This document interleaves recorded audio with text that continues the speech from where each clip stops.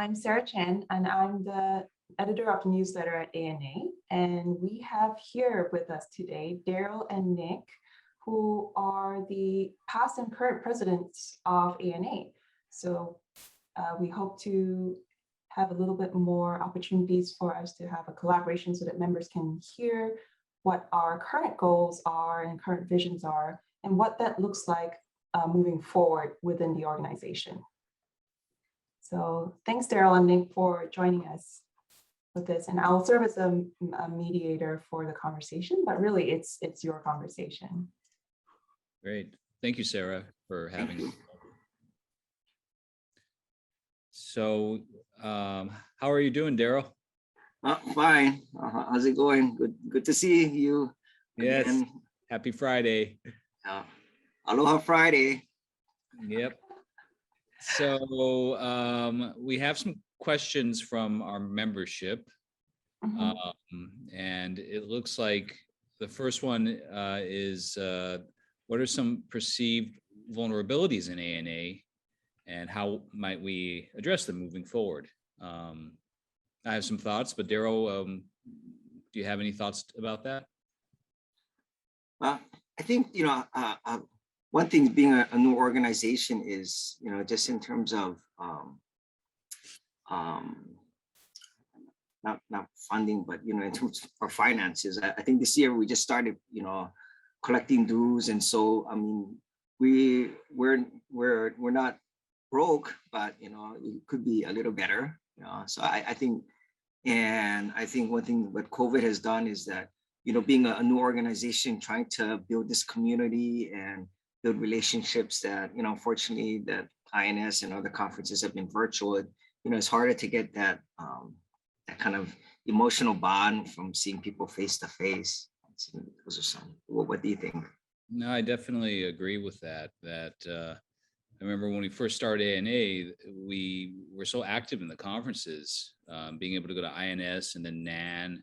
And I think there was a year where we attended APA and AACN as well. Those are great to go and meet people and have outreaches. And of course, I think being able to see each other in person really builds bonds in a more natural way than what we've been having to do for the past couple of years. So for me, it's about maintaining the momentum of ANA, which I honestly think is going at a pretty good pace, especially because we don't have the socials and the meetings in person. I'm really always impressed by our membership and in particular the leaders of the various committees who really are spearheading all kinds of projects in the years that we've all had to distance from each other. And it makes me hopeful that when we do return to in-person, we're going to be stronger than ever.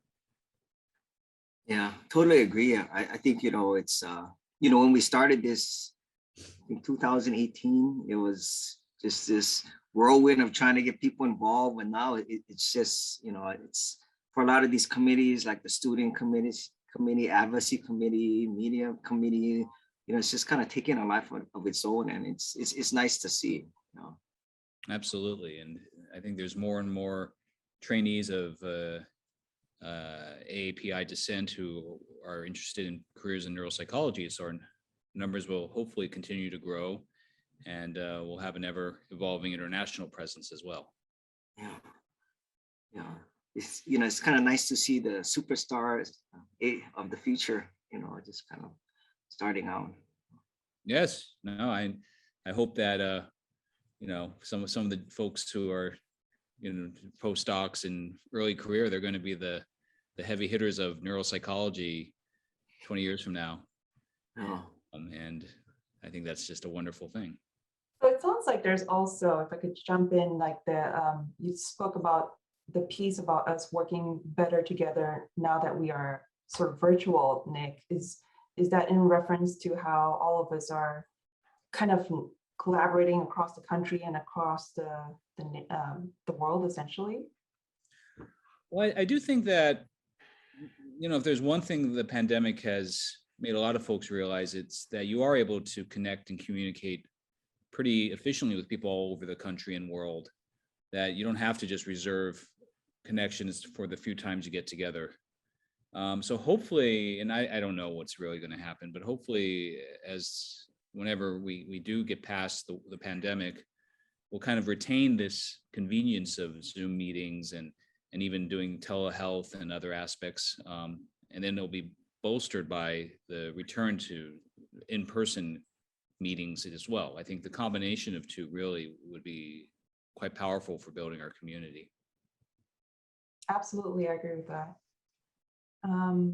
What would you say that members can look forward to, I guess, from both of your perspectives in the next few years, as far as, you know, the various aspects of our organization go, like with membership, with community engagement, and with training or the education pipeline that I think you were briefly mentioning earlier too? Well, I think one thing is, in-person conferences, so we can develop the bonds. And I think next year we just finished a executive board meeting to kind of start looking internationally.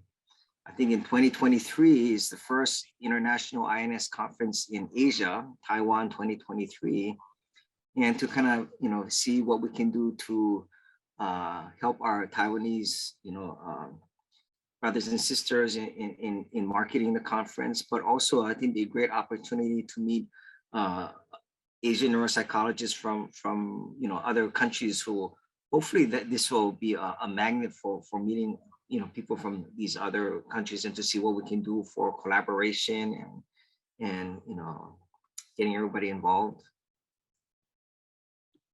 Yes, so building a larger international presence in our membership would be wonderful. I think also with regard to membership and leadership, as you know, we're having our first elections this fall, so it's an exciting time for the leadership of ANA, because we're really going to get the first truly elected officers, member at large and president-elect, which I think will be a nice beginning of transition to kind of the adolescent period of ANA, if you were to call Daryl in my time the infancy.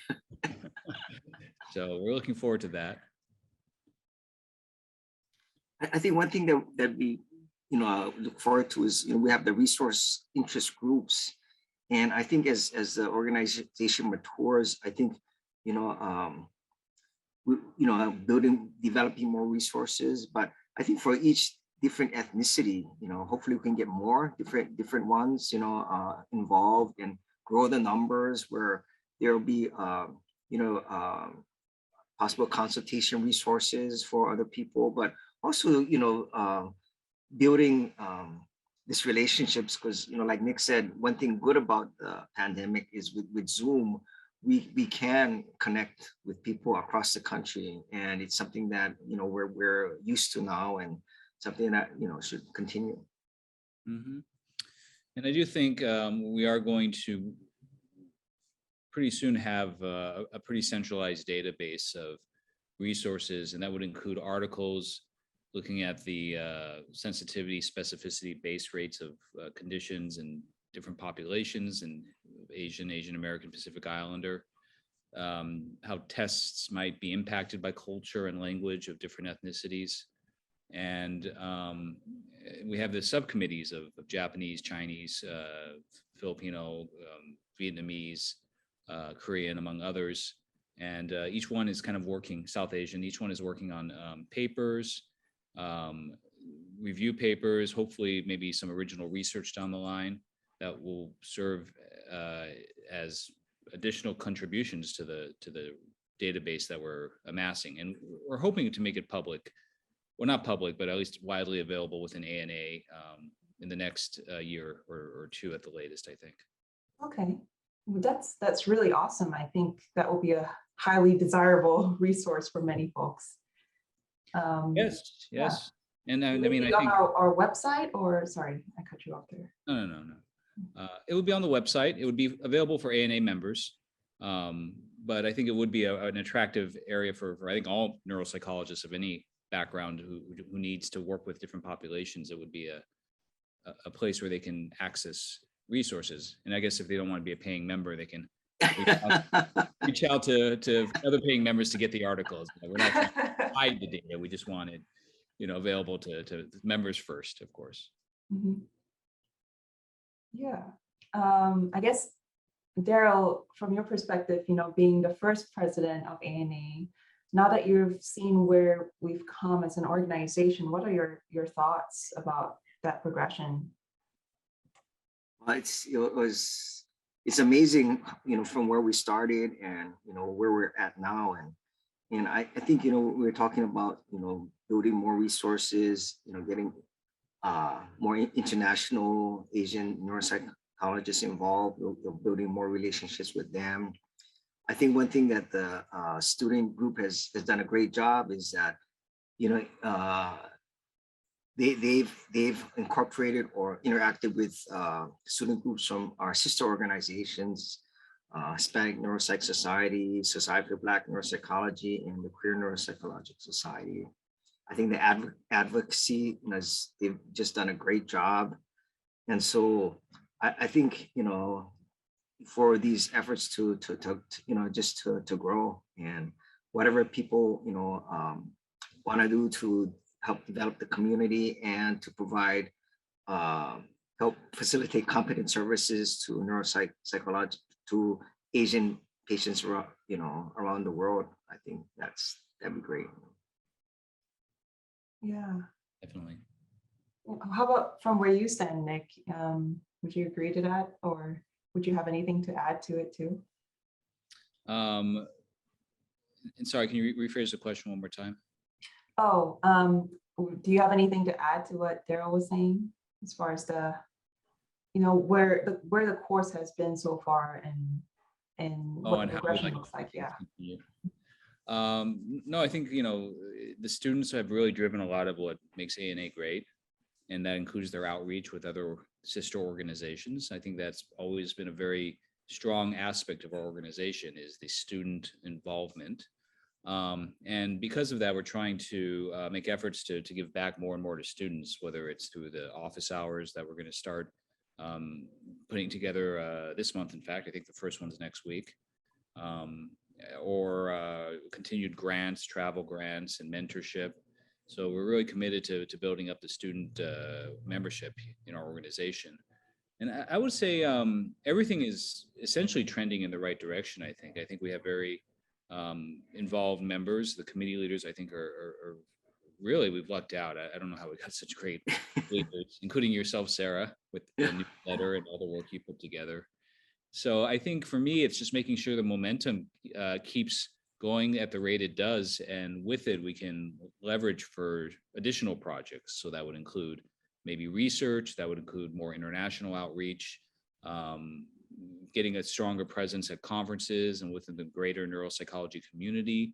So these are all things I'd like us to expand upon in the next couple of years. So. Okay, yeah, that sounds like an amazing plan, I think.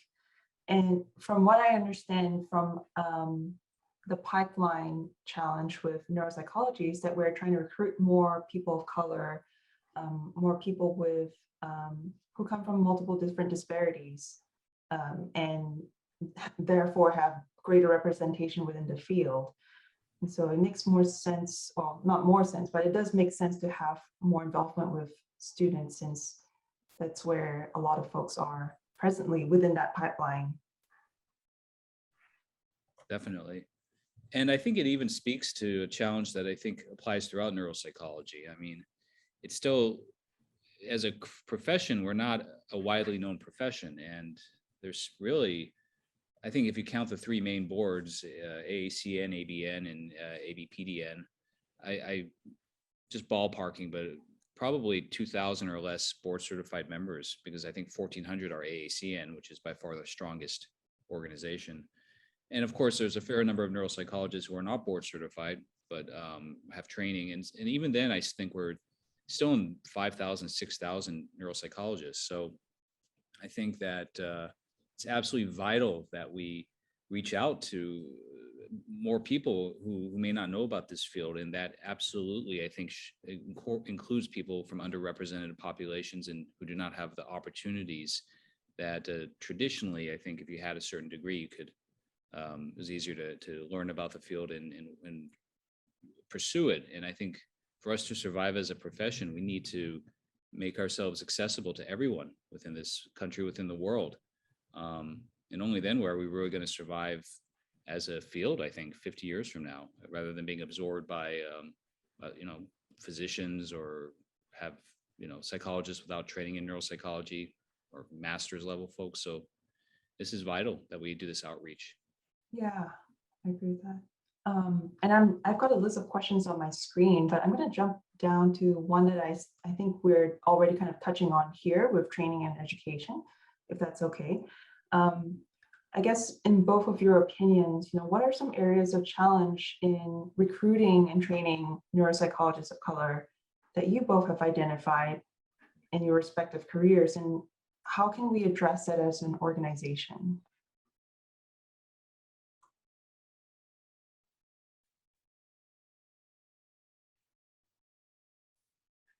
I think one thing for, I think, as Nick's phrase, definitely for neuropsychologists of Asian descent, it's trending in the right direction.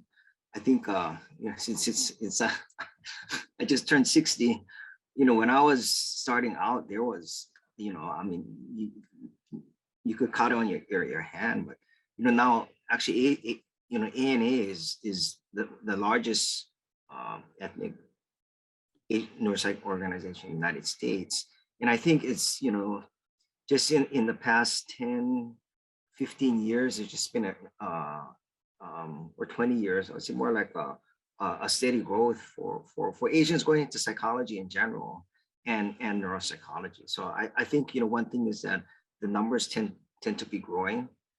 I think for our organization, or, for Asians neuropsychologists, I think there are a lot of clinicians. I think one thing, to try and develop are more, researchers or academicians or grant fund academicians. And I think that's one thing that, AN is going to try and facilitate with the help of some of our mentorship. Yeah, and I would say, I think one of the challenges is that if to become a neuropsychologist, it's to become a neuropsychologist, I think back to the path I took, and you really have to, especially in some of the competitive programs, plan ahead pretty early on. We're talking about even at the undergrad level, having the wherewithal to know you need to volunteer at a research lab, put in the time there so you can get a letter of recommendation and be competitive for graduate programs. And then in graduate programs, navigating the pull between practice and research in order to get into an internship. Alternatively, you go down the PsyD route and take out loans and pay for it, which is fine. But then the earning capacity after that is something you have to be aware of, the path, because the earning potential of a PsyD or neuropsychologist, that is not at the level of, say, most MDs, for instance, where med school loans traditionally are meant to be payable. So it's, I think, some financial barriers. Even the prospect of flying around the country for internships and postdocs for interviews is a financial barrier. So I don't know if I have the answer. I think being aware early on of how you can plan ahead accordingly, so at least you're informed, is important. And then I think if that's all something a trainee can become comfortable and aware of, then the prospects for the career is actually quite positive. I think there's a lot that a neuropsychologist can do, and it really is actually a way to be successful in a career that you love, I assume, if you're going into neuropsychology. But I think it's just making things more transparent. And actually, I'd like to shout out to Katie Block, who I know put out that book, which I think is vital. And I think, she captures a lot of the things I think a lot of us have been thinking about as we go through the process. So. And what are some of the projects or initiatives that we've had as an organization, or we're going to have coming down the pipeline, that can sort of support this process, addressing both of the things that you were talking about? Well, I think first in spirit, I feel ANA is not as hierarchical as some organizations. We try to be accessible. I know students don't always feel that way, but we try to keep an open door, and maybe adopt, it'd be funny for me to use this word because we're two men, but maybe a more matriarchal perspective where we try to, and maybe down the line, that's something that will, be more obvious, but we're trying to be very supportive of our students. And I think, one of the initiatives we're doing are these office hours where professionals will just hold an open Zoom call and students can jump in and ask questions. The other would be the mentorship program that we're going to continue revitalizing, and hopefully in a few months, so that new trainees will have senior neuropsychologists where they can pair for whatever, if there's a specific pairing that works, whether it's language based, culturally based, identity based, or career based, or just random. This is something we want to support. Yeah. I think one thing we're doing too is, we're not a rich organization, but I think a lot of our spending is on students in terms of, travel grants and awards. And so, in that way, kind of supporting our, students and, our trainees. So if I'm hearing that correctly, the membership fees are often being used for grant funding and for student initiatives. Pretty much. Yeah. Travel grants when conferences return. We're probably going to put something together for INS because I think we're hopeful it's going to transpire. And then perhaps a research grant or two down the line, and definitely international outreach grants as well. And I'm coming back to that idea of what you were talking about, Nick, with a lot of folks being, still coming along in the pipeline to becoming career neuropsychologists, but we do have, I guess, more challenges finding senior neuropsychologists of color to be mentors. What can students hope to see or from us or expect from us in the near future? And what can supervisors who are interested in developing these cultural competency targets, in guiding Asian trainees, what can they look forward to us in the future? Well, we have the educational committee who puts out webinars for different populations, which we encourage folks to participate and listen in on. The resource committee will, of course, have the repository of articles that we hope to make available. I think with time, there will be more supervisors of color. I mean, that's just the direction things are trending. So as more and more of you, the students become senior professionals, you will be the supervisors of the next generation. As Daryl said, when he started out, it was a hand. Now it's more than that. A few hands and some feet. So we will just keep going in that direction. But I'm glad there's more awareness of the need for cultural competency and assessment. I know the Houston guidelines is undergoing a revision. There is more research coming out. The limitations of testing with folks who don't speak English as a first language or have limited education or come from a different cultural background are being acknowledged more. I think, interestingly, in my perspective, it's being acknowledged more in neuropsychology, but not in public policy. And so I think eventually we're all going to have to push back on how public policy sometimes uses our tests to determine things like disability or intellectual impairment or disability or, school IEPs even, or forensic matters. These are all things we have to think about as a community, as we share our information to the wider public. I think one thing too now, with COVID and Black Lives Matter, there's definitely growing awareness or appreciation of underrepresented people, and I think the last was one of the many meetings that different organizations are having now about how to improve this pipeline, how to address institutional racism, how we're gonna, you know, prepare neuropsych for the future. So this seems to be, everybody's hoping it's like a moment in time. And so I think for a lot of people, it's a good time to get involved, because there seems to be a more openness for minority issues. And so, the more our organization or the, trainees or young professionals get involved, I think the better. Definitely. Yeah, I definitely agree with that too. And speaking as a woman of color, I think even for myself, I owned and I'm actually still interested in learning how to develop that competency, because I think all of us have so many intersecting identities, and not everyone learns the same way, and everyone's experience of racism and systemic bias, it's different depending on where you are. So there's always room for us to grow, even as minorities. No, I don't think it's something that can ever be mastered. It's just something we strive for. We work on improving. Mm-hmm. What are some things, I guess, that are working well for us now as an organization that you both are able to see, being in the positions that you have been in or are, that you want to see continue? I think the people, really.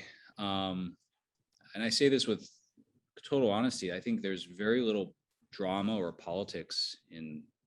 Everyone kind of has this unified goal towards our organization, which is fantastic. And I feel lucky that I'm in, at the beginning. I do feel like that is something that may evolve, maybe not, but it's just something we have to be mindful is that there will be times where we're not working in such harmony. But I hope that this gives us the opportunity to to maintain a good infrastructure and open communication. So when there are conflicts, they will be minimal or marginal at most. So it's really the dedication of all the members who are working towards the various committees and our mission statements, I think, is the absolute strongest aspect of our organization. Yeah, I definitely totally agree with Nick that, just the member, the people in the organization has just been great working with, connecting with other Asian neuropsychologists and, working hand in hand and trying to develop our organization. And it's just been great, kind of exceeds my expectations. I don't know about yours, Nick, but in the last just couple years then, from where we started, the four of us on a conference call. Mimi Wong and Lauren Mai. What you want to do? You be president. Well, you can be Pat. You be the next president. I'll be the treasurer. I'll be the secretary. That was done. Yeah, yeah. I mean, we started with 4, then we got Jasdeep. We were 5, and it kind of exploded from there. So. And I think we have some good organization in place. We have, I think, well-defined committees and responsibilities, and everyone's doing their part. So I think it's really wonderful. It really gives us the infrastructure or maybe the foundation to build more and more. I think we're fortunate to have good mentoring from Monica, Rivera Mint, and David Latruga, Ted Judd, kind of giving, when we first started out, saying, giving us some pearls of wisdom how to start this organization. Like Monica said, get the house in order, get all your bylaws and everything. And, we didn't know what to do, but then that was our first mission. And I think that was, very, very, definitely sage advice. Definitely. And then, of course, Daryl, you've been so helpful with everything. I mean, driving this all forward. So we're indebted to you too. It's all of us. Well, I fully agree with that, and it's refreshing to see that we're able to, as an organization, to sort of have that conversation very honestly and transparently with each other. Kind of like what you were saying, Nick, that the culture seems to be a lot less hierarchical than some, or a lot less formal, and it actually helps to shape our our community the way it is. And, you know, I think hopefully it's something that will be maintained or not. I don't, you know, it is what it is now. And then, you know, hopefully ANA will continue to, whatever it is, it continues to be something that it works for everyone. So, Mhm. you know. Yeah, yeah. And thank you for the great conversation. Just coming back to that. Of course. Yeah. Yeah. Thank you for putting this together, Sarah. Yeah, thank you. Of course. Yeah.